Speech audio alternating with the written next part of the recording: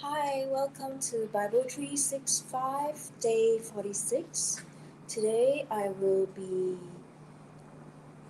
reading Exodus 33, Exodus 34, and 2nd Corinthians chapter 3. So if you can click on the link in the description box, you can read along, or from your Bible, I'll be reading from the NIV Bible. So without further ado, I'm going to put away the screen so we can concentrate on the reading. Exodus 33, verse 1. Then the Lord said to Moses, "Leave this place, you and the people you brought up out of Egypt, and go up to the land I promised on oath to Abraham, Isaac, and Jacob, saying, I will give it to your descendants. I will send an angel before you and drive out the Canaanites, Amorites, Hittites, Perizzites, Hivites, and Jebusites. Go up to the land flowing with milk and honey, but I will not go with you because you are a stiff-necked people, and I might destroy you on the way."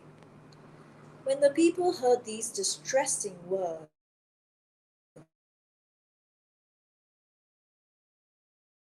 began to mourn and to Moses, "Tell the Israelites, you are a stiff-necked people. If I were to go with you even for a moment, I might destroy you. Now take off your ornaments, and I will decide what to do with you." So the Israelites stripped off their ornaments at Mount Horeb. The tent of meeting, verse 7. Now Moses used to take a tent and pitch it outside the camp some distance away, calling it the tent of meeting. Anyone inquiring of the Lord would go to the tent of meeting outside the camp.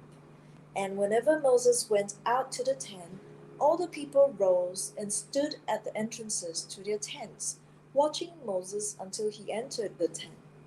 As Moses went into the tent, the pillar of cloud would come down and stay at the entrance, while the Lord spoke with Moses. Whenever the people saw the pillar of cloud standing at the entrance to the tent, they all stood and worshipped, each at the entrance to their tent. The Lord would speak to Moses face to face, as one speaks to a friend.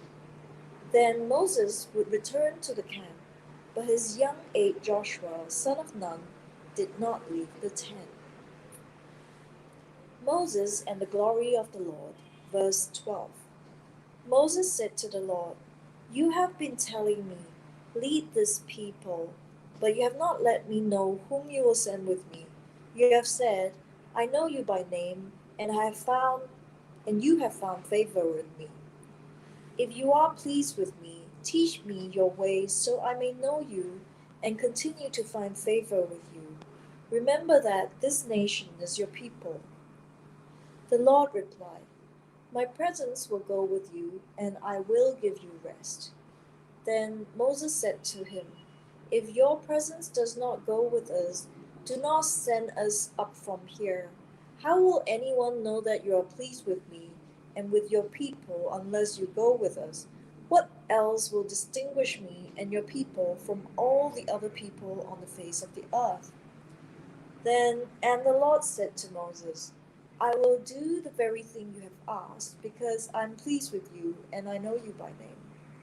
Then Moses said, "Now show me your glory." And the Lord said, "I will cause all my goodness to pass in front of you, and I will proclaim my name, the Lord, in your presence. I will have mercy on whom I will have mercy, and I will have compassion on whom I will have compassion. But," he said, "you cannot see my face, for no one may see me and live." Then the Lord said, "There is a place near me where you may stand on a rock. When my glory passes by, I will put you in a cleft of the rock and cover you with my hand until I have passed by.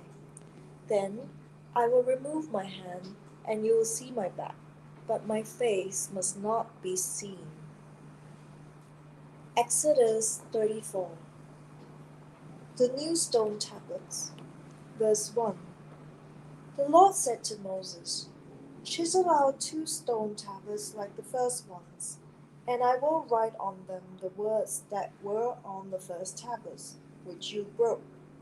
Be ready in the morning, and then come up on Mount Sinai.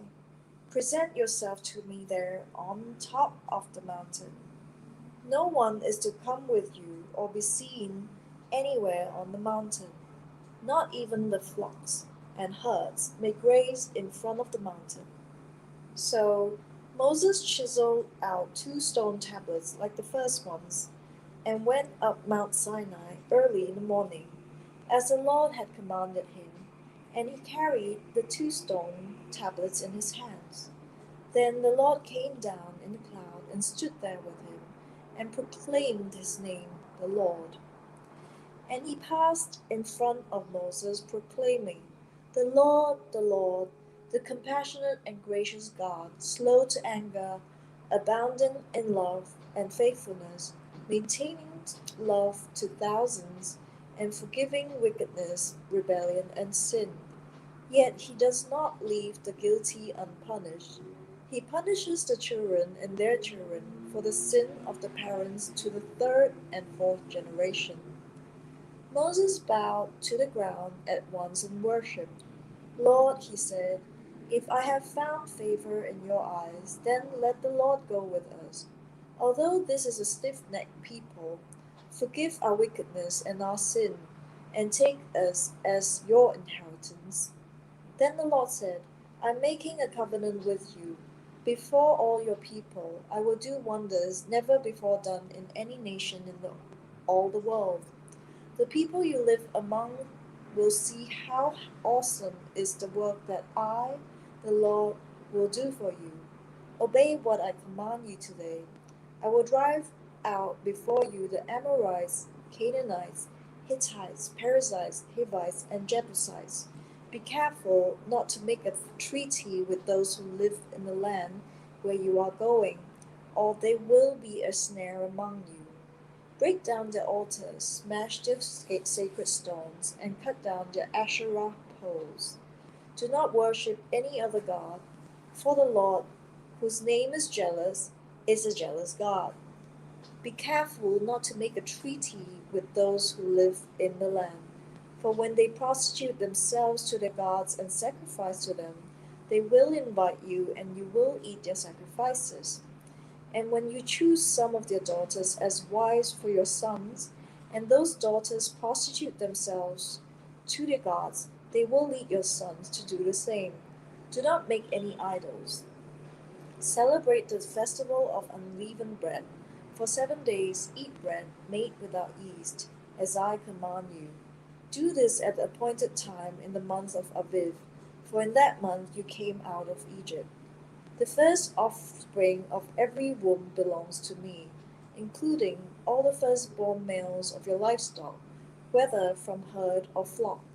Redeem the firstborn donkey with a lamb, but if you do not redeem it, break its neck. Redeem all your firstborn sons. No one is to appear before me empty-handed. 6 days you shall labor, but on the seventh day you shall rest. Even during the plowing season and harvest you must rest. Celebrate the festival of weeks with the firstfruits of the wheat harvest, and the festival of ingathering at the turn of the year. 3 times a year all your men are to appear before the sovereign Lord, the God of Israel. I will drive out nations before you, and enlarge your territory, and no one will covet your land when you go up 3 times each year to appear before the Lord your God.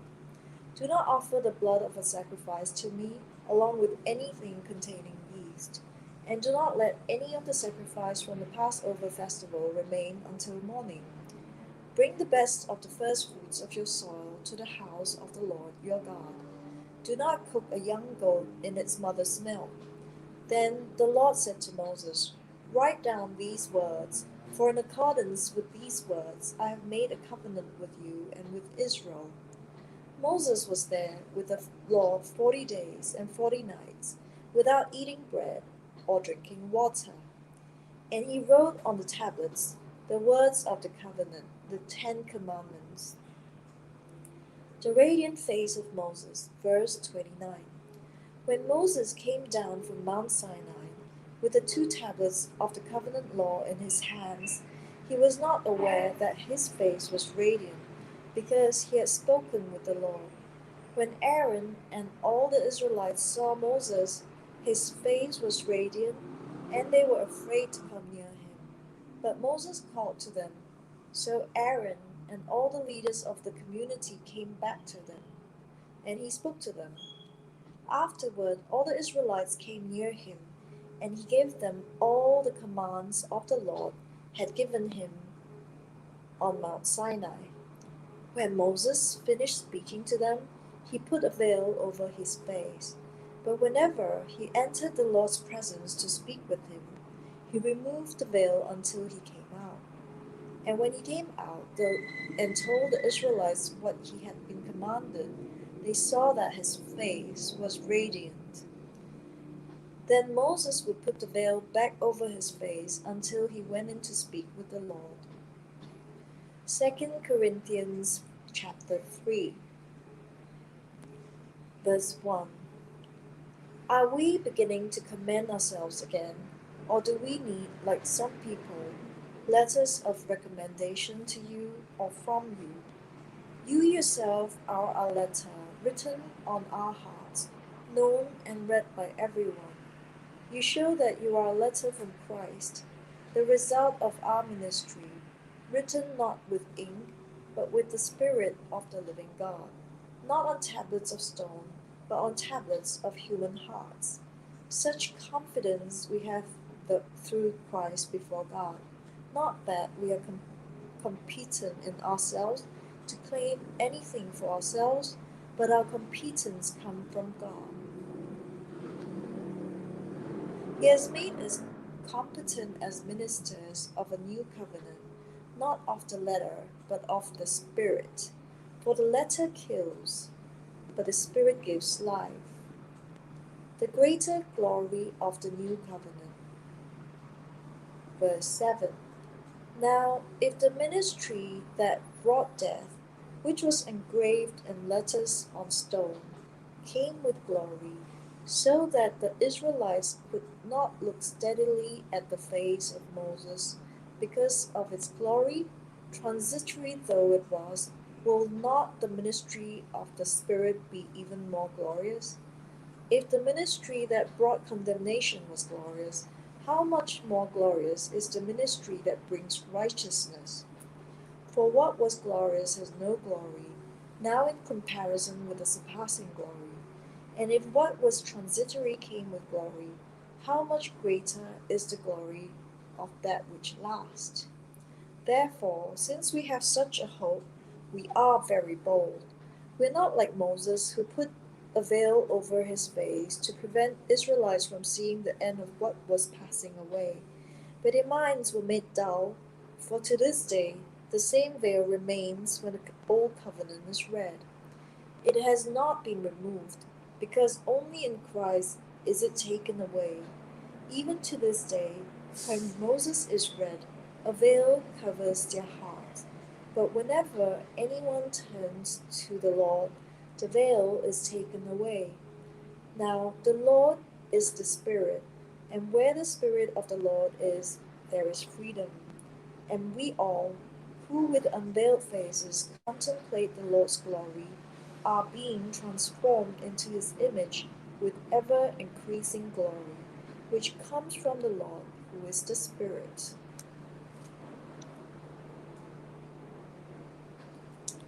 So that was day 46, and I had just read Exodus 33, Exodus 34, 2 Corinthians chapter 3.